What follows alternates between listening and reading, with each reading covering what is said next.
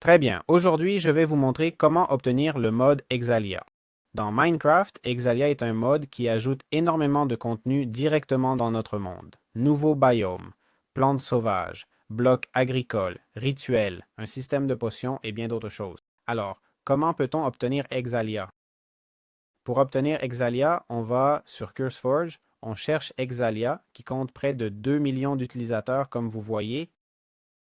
Il a été créé le 25 mars 2024 et pour l'obtenir, on va dans Fichier, on cherche Mod Loader, on sélectionne Forge ou le Mod Loader souhaité. La version 1.20.1, on clique sur trois boutons et télécharger. On irait aussi dans la section Relations pour obtenir Jekolib, d'accord? Car on en aura besoin. Nous avons aussi Patchouli Justice of Items et si on fait Windows plus R et tape AppData, on clique sur OK, on va dans Roaming Minecraft puis dans le dossier Mods. C'est ici qu'on va sauvegarder le mode Exalia sans aucun problème. D'accord? Comme vous voyez, j'ai installé Jekolib et voilà, on peut commencer à jouer. Je vous conseille d'utiliser Patchouli pour accéder au Verdant Grimoire. Ok. Il se crée avec ces éléments ici et nous donne accès à toutes les infos du mode sur les différents éléments et tout le reste. Très bien, comment pouvons-nous fabriquer et utiliser le mortier et pilon? En fait, le mortier et pilon est un outil essentiel d'Exalia qui nous permet de transformer les plantes en ingrédients pour le crafting. Basiquement, pour le fabriquer, on utilise de la pierre et un bol, et l'outil a 64 de durabilité. Chaque usage réduit sa durabilité en gros. On l'utilise dans la table de craft, d'accord? Pour pouvoir traiter les différents éléments du mode, obtenant ainsi du fil, de la pâte de rêve, du sel compris, essentiellement en broyant le germe de sel, la poudre d'esprit, la poudre fantôme, la pâte de sirène. On peut l'enchanter avec solidité, mais bon, par exemple, on peut prendre la fleur spirituelle et la transformer en poudre d'esprit ou la fougère fantôme en poudre fantôme, etc. C'est comme ça qu'on peut obtenir ces éléments. Très bien. Comment peut-on fabriquer de la terre infusée et multiplier les fleurs? En fait, Minecraft Exalia permet de créer la terre infusée avec une recette simple, de la terre et du varech sirène. Le varech sirène, pour que vous puissiez le voir, ressemble à ça, d'accord? C'est littéralement cette plante qui apparaît dans l'eau, un peu effacée, et on a aussi les terres cultivées infusées. Pour multiplier les plantes, on utilise la terre infusée normale, pas le bloc labouré. La technique est simple, on place la terre infusée et on plante une fleur ou plante Exalia dessus, comme une floraison spirituelle. On la place dessus, on prend de la poudre d'os et on peut ainsi dupliquer la plante, compris? Voilà. Si on la plantait ailleurs et qu'on essayait d'utiliser la poudre d'os, comme vous voyez, ça ne marche pas. D'ailleurs, ça ne fonctionne pas avec tous les types de plantes non plus. C'est à noter. Ça nous aide surtout avec les éléments qu'on peut utiliser dans le mortier et pilon. Je suppose que ce sont des éléments dont on a besoin en grande quantité ou en quantité un peu plus importante. Voilà, c'est aussi simple que ça. Très bien. Comment pouvons-nous utiliser les terres agricoles infusées sans eau? En fait, dans Minecraft avec Exalia, on peut transformer la terre infusée en terres agricoles infusées à l'aide d'une houe.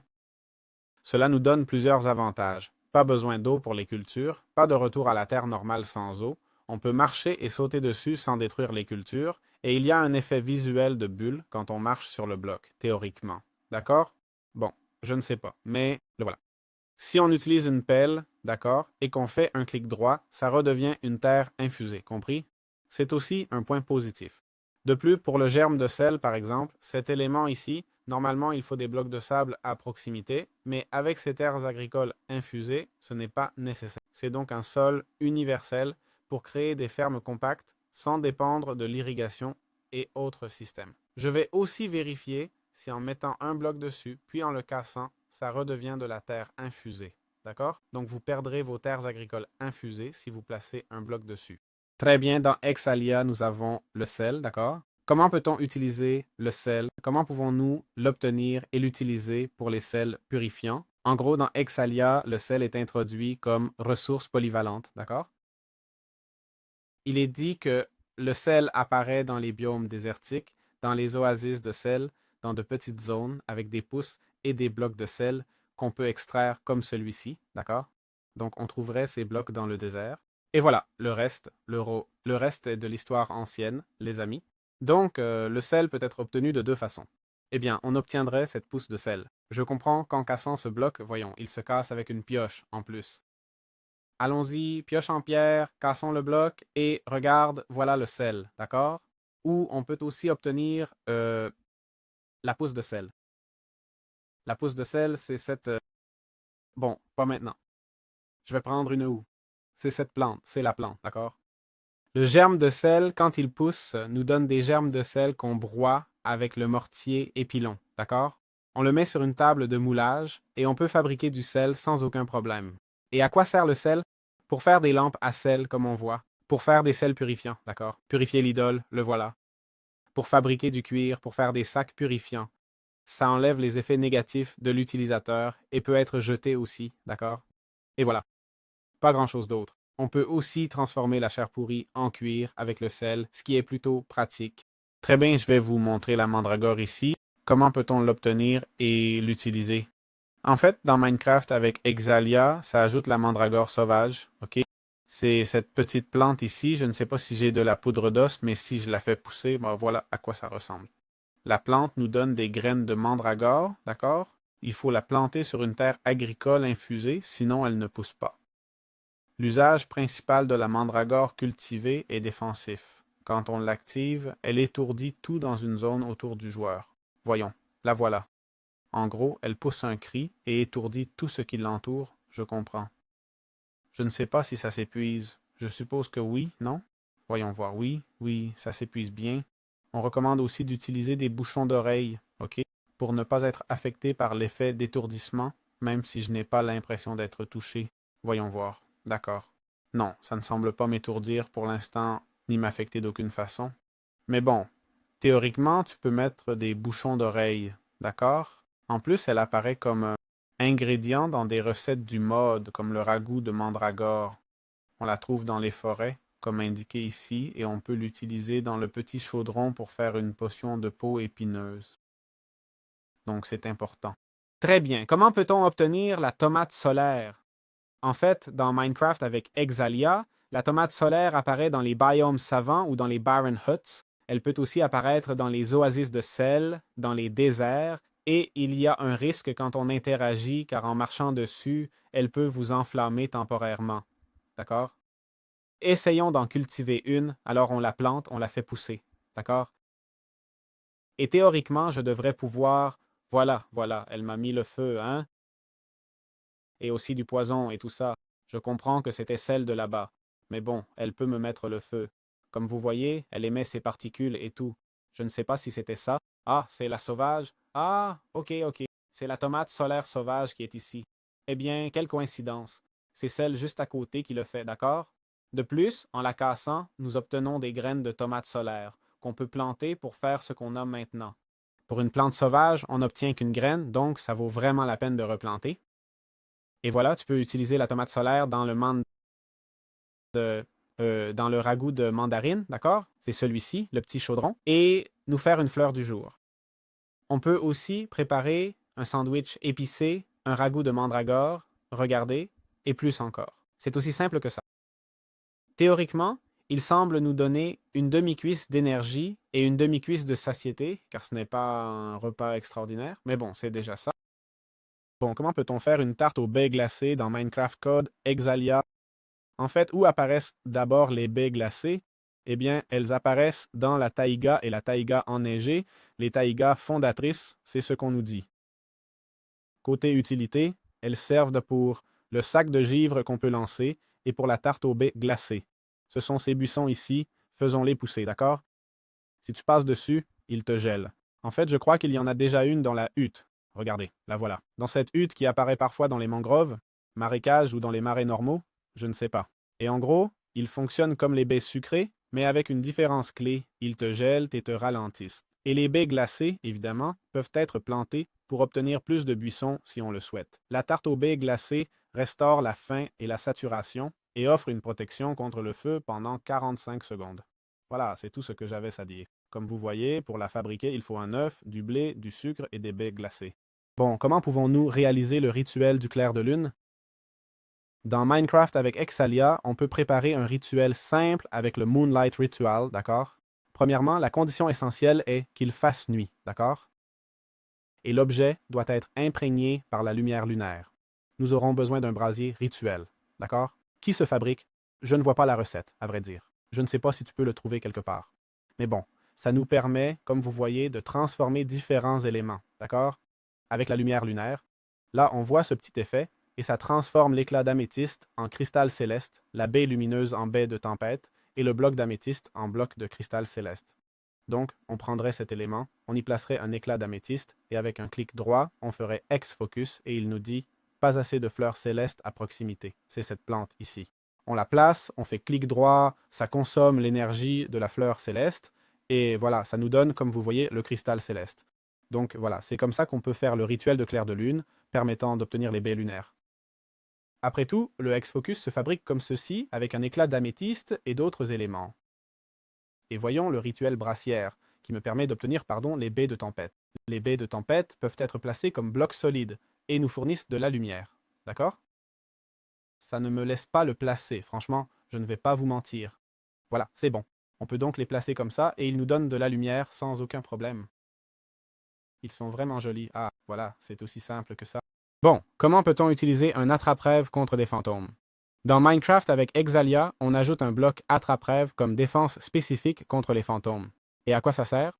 Tout fantôme qui entre dans son rayon s'allume, d'accord? Si je fais haha fait comme ça, j'ajoute un fantôme et je le fais apparaître, théoriquement, il devrait s'allumer. Le rayon est large et peut affecter les fantômes à longue distance. Donc, on doit le placer au-dessus de la base. C'est-à-dire, on doit le placer dans notre base. En crafting, ça, note de feu, ficelle et tout ça. La note de feu s'obtient avec la table rituelle, en faisant un rituel avec un éclat d'améthyste, du charbon et un tournesol. D'accord? Bon, en gros, ce qu'on ferait, je comprends qu'il faut mettre la table rituelle, le blazer rituel, et ce qu'on ferait maintenant, voyons voir encore une fois. Charbon, éclat d'améthyste et tournesol. Ok, on met l'éclat d'améthyste ici au centre. Charbon. J'ai dit tournesol, non? Tournesol, le voilà. On prend ces éléments, on les place, et maintenant avec le X, clic droit et ça dit « Le brasero manque de sel ». D'accord, il nous faut du sel. Je pense que c'est des blocs de sel. Je ne sais pas, non. Du sel normal. Voyons, je le jette? Non. Je le mets dans un brasero rituel. Non. Ah, pardon, j'ai compris. Je dois mettre le sel dans les braseros qui contiennent les objets. Et maintenant, c'est bon, non? L'énergie naturelle est faible. Il manque des cultures mûres. Ok, j'ai besoin d'énergie naturelle, ok? J'aime bien qu'il nous guide, c'est assez intuitif en fait, hein? Alors maintenant, on va prendre, je suppose que des graines normales nous serviront. Si je fais comme ça, je plante et j'applique de la poudre d'os, avec ça, clic droit, rien, il faut autre chose. Je comprends que ce sont des objets du mode. Regarde, regarde, il émet des particules, là. D'accord, je comprends. Il nous en faut plus. Et voilà, je l'ai, je l'ai, je l'ai. Et voilà, ils ont pris les récoltes. Il y en avait 1, 2, 3, 4, 5, 6, 7, 8 qui devaient être à proximité. Et voilà, on a déjà la note de feu, d'accord? Bon, maintenant on le ramasse, clic droit, et voilà, maintenant on peut obtenir l'attrape-rêve. Ah, et l'attrape-rêve, ce que je cherchais, se place sur un mur. Il se place sur le mur, et c'est tout, d'accord? Donc, si j'ai ça ici et qu'un fantôme apparaît, il commencera à brûler à cause des attrape-rêves. Si je casse les attrape-rêves maintenant, ils devraient arrêter de brûler. Ils devraient. Mais bon, c'est aussi simple que ça, d'accord? C'est aussi simple que ça. Bon, comment obtenir de la fibre de soie et capturer des papillons de nuit dans Minecraft avec Exalia? Eh bien, où apparaissent-ils exactement? En fait, ils apparaissent principalement dans les spawns dans le bayou du mode, qui est lié à l'environnement d'Exalia. Ils peuvent aussi apparaître dans les forêts de chênes sombres, ok? Ces insectes ou les cocons, les vers à soie, d'accord? Ces vers à soie peuvent aussi apparaître dans les forêts sombres sans aucun problème. Alors, comment les obtenir? Eh bien, il faut éliminer les vers à soie et papillons de nuit pour obtenir la fibre, compris? Théoriquement. Les papillons sont attirés par ou se sentent attirés par la lumière, ok? Comme vous allez voir, ils s'approchent des sources de lumière comme cette lampe et autres. On peut aussi les capturer avec une bouteille rustique, ok, qui se fabrique ainsi. Faites clic droit pour capturer sans problème. Si on a de la place, voilà, c'est fait. Aussi pour qu'on le sache, vous voyez qu'ils se regroupent au même endroit, c'est parce qu'ils sont attirés par la lumière. Voilà, c'est aussi simple que ça. La fibre de soie sert ensuite à fabriquer un voile fantôme, une idole de soie, des bottes, des ficelles, des toiles, c'est tout. Très bien, comment peut-on fabriquer le voile fantôme et les bottes marécageuses? Eh bien, voici le voile fantôme et les bottes marécageuses. En fait, dans Minecraft avec Exalia, on a un équipement avec des fonctions utilitaires claires. D'abord, le voile fantôme se fabrique avec 3 cuirs, 2 fibres de soie et 3 fougères fantômes. C'est essentiellement une plastron orientée furtivité, compris? Quand on s'accroupit, voilà.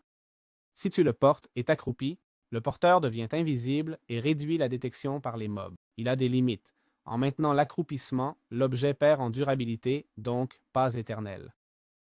On mentionne aussi que ses stats sont similaires à celles de l'armure en cuir. Mais bon, ça nous permet de jouer comme un rôdeur, non? Ensuite, nous avons les bottes marécageuses. Les bottes marécageuses appliquent l'effet grâce du dauphin quand tu es dans l'eau. C'est aussi très intéressant. Essayons de nous immerger complètement dans l'eau, d'accord? Théoriquement, elles devraient nous appliquer l'effet tôt ou tard. Pas de respiration aquatique, mais meilleure vitesse de déplacement sous l'eau, stats comme l'armure en cuir. Alors, comment fabrique-t-on chacun de ces objets? Simple, fibres de soie, blé de sorcière et algues séchées pour les bottes, cuir, fibres et fougères pour le voile. Voilà, c'est aussi simple que ça. Très bien. Comment utiliser les fleurs enchantées? Et c'est que Minecraft avec Exalia s'ajoute des fleurs enchantées créées par transmutation à partir de fleurs vanilla et autres.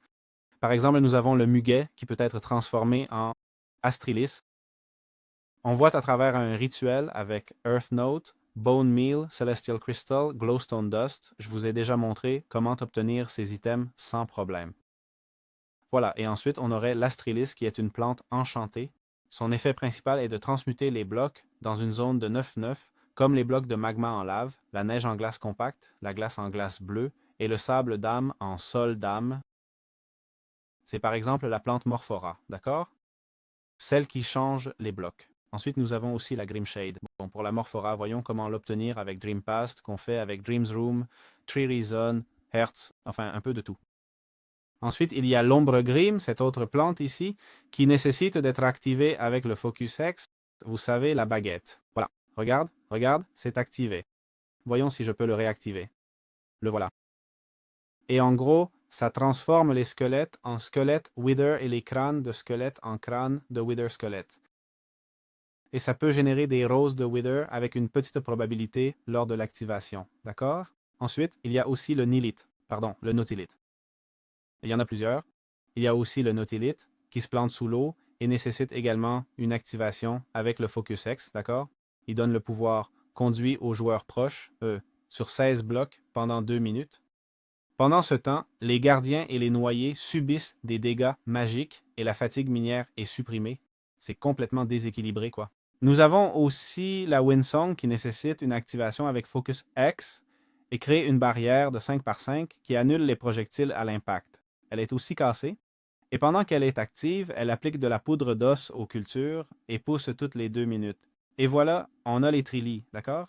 C'est celle dont on parlait au début. Elle s'active en lui donnant un cristal lunaire la nuit, alors donnons-lui le cristal céleste, d'accord?